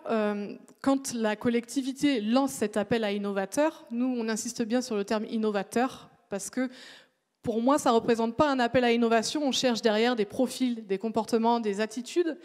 Et effectivement, on sait bien que Dieu sait qu'on peut râler contre eux parfois aussi, mais ils ont le profil pour justement agir vite sur le terrain, pousser des portes, parfois être un petit peu embêtant aussi, mais c'est ce qui fait, je crois qu'aujourd'hui le projet avance, qu'il a déjà des résultats sur le terrain, qu'il est récompensé au niveau national. Vous savez qu'il a eu un prix. Il paraît, voilà. Il paraît. Mais cela dit, si je peux prêcher un petit peu pour ma paroisse, il y a aussi déjà des prix qui existent sur d'autres projets d'entrepreneuriat au sein de la collectivité, puisque fin 2019, on a reçu le prix national Marianne Cantard de la relation usagée pour le projet qui portait sur l'isolement des personnes âgées. Absolument, tout à fait. Voilà. Absolument. Et puis, on l'espère, d'autres projets vont naître, parce que c'est aussi quelque part la vertu positive de ces exemples, la force de l'exemple, la force de collègues, de quasi-voisins de bureau, de quasi-voisins de service, qui, quelque part, avancent, concrétisent. Certains n'y arrivent pas de premier coup, d'autres arriveront peut-être plus tard. Certains projets, peut-être, ne seront pas des projets qui peuvent vivre à eux tout seuls, mais qui peuvent être rattachés à d'autres équipes, à d'autres synergies, etc. C'est aussi ça, quelque part, la vie d'un projet. Il y a ce qu'on en pense au départ et puis ce qu'il devient dans la réalité. C'est ça qui est passionnant, c'est que chaque projet évolue à son rythme, qu'il y a des développements qui resteront effectivement uniquement sur le territoire de la ville de Pau, et c'est déjà énorme parce qu'on va répondre à des problématiques, et puis d'autres qui prendront un autre essor. D'autres qui prendront un autre essor, mais c'est ça qui est très intéressant, que les formes sont différentes, rien ne se ressemble. Et pour en petit teaser, on peut déjà annoncer qu'il y a une troisième promotion qui va être lancée en fin d'année 2020 et qui devrait voir naître encore d'autres projets sur d'autres grandes thématiques. Eh bien, après, ma foi, ce teasing parfait, on va vous applaudir tous les deux. Merci beaucoup d'être là. Alors, on va aller vers la conclusion de cette matinée. Je vais donc demander à nos porteurs de projets de nous rejoindre, à Christelle d'ailleurs aussi, puisque là, on a quelque part la team complète. Pour cette séquence de conclusion, parce que maintenant qu'on a parlé d'Histologe, maintenant qu'on a souligné à maintes reprises que vous avez obtenu un prix, maintenant que l'on a vu la pertinence, surtout de l'outil, parce que j'ai presque envie de dire le prix, bien entendu, l'outil, bien entendu, ce qui est intéressant, je trouve aujourd'hui, c'est de voir à quel point cet outil peut être absolument utile, et on l'a entendu au travers de tous les témoignages locaux et nationaux. Il faut que vous parliez de la suite. Ah ben attends, allons-y. Oui, la NCT. Venez à côté de moi, mon cher Alban. Alors, si nous avons la NCT qui est présente, mais oui, tout à fait, Bérangère Aujar est présent parmi nous. Pardon, je pensais que vous n'étiez pas là, donc vous allez venir jusqu'à nous. Je pensais que vous étiez à distance, alors que vous êtes là, ici, l'Agence nationale de la cohésion des territoires, qui donc soutient le développement d'Histologe. Vous allez nous dire évidemment en quelques mots, d'abord ce qu'est votre incubateur, et d'une façon plus générale d'ailleurs, ce qu'est l'Agence nationale de la cohésion des territoires, ce qui m'a évité donc de demander une visio, alors que vous étiez juste à quelques pas, comme quoi on prend vite de mauvaises habitudes avec le distanciel. Je vous en prie. Oui, bonjour à tous. Il faut que vous allumiez votre micro par contre. Alors, c'est comme devant l'ordi, mais c'est en physique. Bonjour à tous. Ça y est, allez-y. Ravie d'être ici ce matin à Pau. Donc, l'ANCT, c'est une agence nouvelle qui a été créée au début de l'année 2020, donc l'Agence nationale de la cohésion des territoires, qui aujourd'hui a pour ambition d'être l'agence au service des collectivités territoriales et de leurs projets de territoire. Au sein de cette agence, il y a plusieurs programmes thématiques autour de certaines politiques publiques, autour de certaines catégories de territoires. Et l'incubateur des territoires est une mission transverse qui vise à co-construire des services numériques avec des collectivités et des territoires pour résoudre des problématiques rencontrées par les usagers. Il est où physiquement cet incubateur ? Alors, cet incubateur, c'est une très bonne question. Il est aujourd'hui localisé à Paris, mais l'ambition de l'incubateur, c'est aussi de pouvoir faire émerger au niveau local des réseaux d'incubateurs locaux. Et je pense que l'agglomération pourrait faire un très bon candidat. Très, très bel acte de candidature, avec une logique d'incubateur. Est-ce que, au travers de l'incubateur, l'accompagnement, est-ce que vous accompagnez de plus en plus de projets? Alors, l'incubateur, comme l'agence est né... Parce que comme c'est très récent. Tout à fait. Voilà. L'incubateur, comme l'agence est né au début de l'année 2020. Donc là, l'objectif, c'est de s'inscrire dans la lignée de ce qu'ont pu témoigner Damien et Clémence sur le programme Betagouv et la méthode. Donc on a repris certains projets qui avaient été initiés dans ce cadre-là. Et c'est aujourd'hui, d'ailleurs, dans ce cadre-là qu'on soutient et on cofinance Histologe. Alors justement, vous aussi, un petit mot sur Histologe. Quel regard vous portez sur ce projet? Alors moi, je pense que c'est un projet qui a déjà prouvé son impact avec une équipe... faut qu'on enlève le bon projet d'ailleurs, il faut qu'on enlève le bon projet finalement maintenant.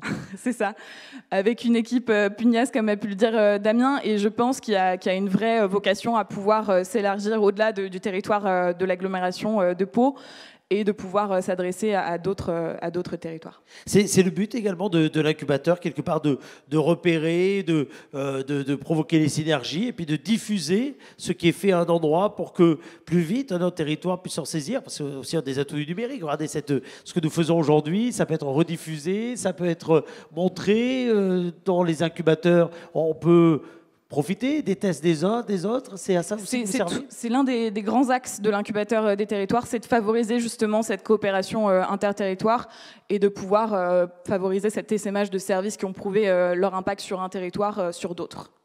Merci beaucoup, on vous applaudir, merci d'être venu, donc en présentiel, pour continuer les échanges. Alors venez, je vous en prie, l'équipe, donc une élue, 2 agents, un projet qui n'est plus un projet, une plateforme, j'ai presque envie de dire, nous sommes au début du mois d'octobre, et maintenant, que vais-je faire? Je vous le fais en version, non pas chanter, hein, je rassure tout le monde. Il faut allumer le micro, Alban. Ah, pourtant, il est... Ouais, oui, c'est bon. Voilà. Donc simplement la dernière slide peut-être de la présentation. Pour conclure sur le projet Histologe, et comme ça vient d'être dit, l'ambition c'est maintenant d'aller le tester sur de nouveaux territoires le plus possible, des petits, des grands territoires. Hier soir nous étions avec la métropole de Lille à discuter du projet pendant 2 heures qui les intéresse. Donc ce qu'on va mettre en place et lancer avec le support de l'ANCT et de Betagouv, c'est un appel à manifestation d'intérêt auprès de ces territoires qu'on a déjà contactés, sur lesquels on a déjà testé l'idée, le concept, comme on dit en informatique ou en numérique. Et nous allons lancer cet appel à manifestation d'intérêt qui va décrire une méthode de mise en place du dispositif sur ces territoires, issue de l'expérience qu'on a pu avoir sur l'agglomération de Pau, mais aussi leur demander des moyens financiers pour pouvoir absorber cette charge de travail et de technique. Donc c'est des choses qu'on souhaite mettre en œuvre, on est bien avancé. Je pense qu'au mois de novembre, on sera prêt à le faire et à donner des résultats à l'agglomération de Pau dès fin décembre là-dessus. Et alors, l'avenir de l'équipe, parce que votre avenir, là, ça peut être quoi autour de ce projet? On espère un très bel avenir. Oui. Un très bel avenir dans le sens où, effectivement, comme l'a rappelé Alban, on va lancer prochainement cet appel à une manifestation d'intérêt pour chercher de nouveaux moyens. On a déjà sollicité des territoires qui ont été cités un petit peu sur la slide, comme le Puy-de-Dôme, la métropole de Marseille, la Corse, l'île métropole. La Réunion. L'île de la Réunion, et je pense que malheureusement... Vous pouvez jouer au baccalauréat, le premier qui s'arrête a perdu. L'île de la Réunion, on va être obligé d'y aller. Ils ont très insisté là-dessus pour les faire une démo. Donc on va négocier avec l'agglomération voilà, le voyage. Donc tout ça pour dire qu'effectivement, pour un passage à l'échelle, effectivement, on va lancer cette AMI très vite pour chercher des financeurs et pour tester cette solution auprès d'autres territoires. Ce qui est très important, c'est de rappeler que tout le travail qu'on a réalisé, qu'on réalise encore sur l'agglomération grâce aux experts métiers, aux partenaires, c'est vraiment un socle sur lequel vont s'appuyer d'autres territoires en France pour s'approprier l'outil, également en s'appuyant sur l'outil Domiscore, voir de quelle manière on peut continuer ce partenariat et s'en inspirer, de façon à voilà, transformer l'essai au-delà de notre territoire, notre charmant territoire, qui est un beau territoire d'expérimentation. Mais alors, concrètement, pour celles et ceux qui nous regardent, qui font partie du grand public, pour ne pas parler qu'à des initiés, qu'à des techniciens, qu'à des collègues, qu'à des représentants de structures, qu'à des élus, beaucoup d'ailleurs vous ont suivi aujourd'hui et sont venus et se déplacer concrètement. Ce nouveau service, dont on peut dire que c'est un nouveau service public, dont on a bien compris qu'il était gratuit, qui va contribuer à l'amélioration de l'habitat, dont on voit bien l'utilité, ça a été bien détaillé. Concrètement, on peut s'en saisir, on peut se saisir de l'appli dès aujourd'hui, on peut l'utiliser. Alors oui, tout à fait, c'est déjà disponible aujourd'hui, c'est en ligne, c'est une application numérique qui fonctionne. Alors c'est en ligne sur pau.fr. Sur pau.fr, sur aglo-pau.fr, pas de histologe.aglo-pau.fr, pas de problème. Ça fonctionne sur les smartphones, c'est pensé pour les smartphones, parce que c'est vraiment l'outil que la plupart des usagers ont aujourd'hui dans la poche, mais pour les personnes en situation d'électronisme ou qui ont des difficultés avec l'outil numérique. Oui, parce qu'on parle en plus de personnes qui peut-être, parce qu'elles sont en effet, enfin, si elles vivent aussi dans des logements compliqués, il peut y avoir aussi d'autres conséquences sur le quotidien. Donc l'accessibilité, c'est nécessaire et important, parce que même le smartphone, le numérique n'est pas la panacée, il peut y avoir des problèmes. Donc un numéro de téléphone est aussi disponible, qui arrive sur Histologe et qui permet à la personne d'être pris en charge, entre guillemets, pour le signalement par l'équipe d'Histologe. Et de faire le suivi ensuite, de tracer des relations avec les services sociaux s'il y en a, etc. etc. Donc cet outil, cette application est disponible depuis le 1er juillet. Elle commence à fonctionner avec les fameux territoires qu'on va solliciter au travers de l'AMI. C'est des choses qui pourront aussi être dupliquées, mis à leur image. On parle de marque blanche, mise à disposition en marque blanche de l'outil Histologe. Mais outil Histologe qui a été créé sur l'agglomération de Pau et qui rayonnera sur les territoires à travers cette AMI. Christelle Maison-Carré, on va terminer avec vous. Je disais ce côté accessible de l'outil, qui encore une fois n'est pas une fin, mais qui est un moyen, on l'a bien entendu avec votre collègue tout à l'heure, pour introduire les propos, Pascal Mora. Vous lui voyez, quel avenir? Ça dépend de la promotion des uns des autres, de chacun, pour qu'en effet, chacun puisse s'en saisir facilement. Et encore une fois, quel que soit son statut, quelle que soit son accessibilité au réseau, son appropriation des outils numériques, parce que tout le monde n'a pas la pratique aussi simple que l'on en dit parfois. Déjà, c'est vrai que je rejoins les propos de M. Smirou qui tout à l'heure parlait de facilité d'accès, de facilité de compréhension. Je pense que ça a été l'idée aussi derrière tout le travail qui a été mené, de pouvoir rendre cet outil le plus accessible possible. Donc ça c'est un facteur important. Je pense que là, aujourd'hui, on a les éléments, on a posé les bases qui vont nous permettre de mettre cet outil en pratique, d'avancer dans le stade de la mise en pratique à Pau. Et puis peut-être ailleurs, on a eu aussi l'idée, on a été contacté pour un label. Donc c'est plein de démarches en fait qui vont venir agrandir le projet, faire en sorte qu'on puisse avoir un rayonnement en France. Mais l'idée, c'est vraiment de fédérer à une démarche pour lutter contre l'insalubrité, pour lutter contre ces problèmes de logement.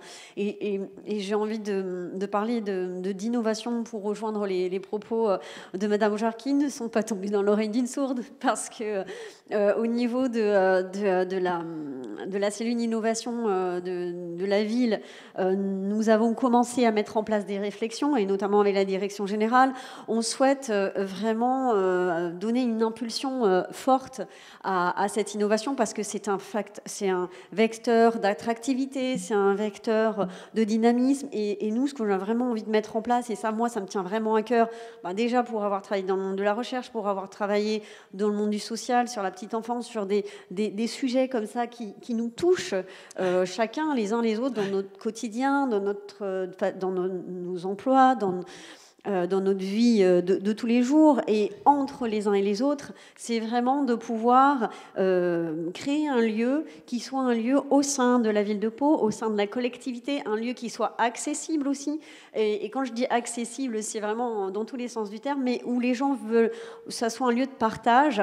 Et notamment, je compte vraiment travailler en collaboration avec des acteurs du territoire, avec avoir des retours d'expérience et voir comment on peut, comme ce qu'on a fait dans le cadre d'Histologe, là, en la recherche des partenaires, pouvoir vraiment impulser cette dynamique-là. Et puis, pourquoi pas venir en soutien aux futurs projets qu'on pourra accompagner dans le cadre du nouvel appel à projet et des autres qui vont voir le jour, évidemment. Et je voulais juste terminer par le fait que je pense que Choyes a juste une petite annonce à nous faire parce qu'on va concourir pour un autre prix, évidemment. Donc, oui, voilà. Oui, évidemment. Ce sera le Évidemment, mot de la fin. bien sûr, mais évidemment. Au cas où vous ne le sauriez pas, donc, non, du coup, on a, sur le retour, quand on revenait de Paris, on nous a appelé pour Où nous vous avez dire eu un prix.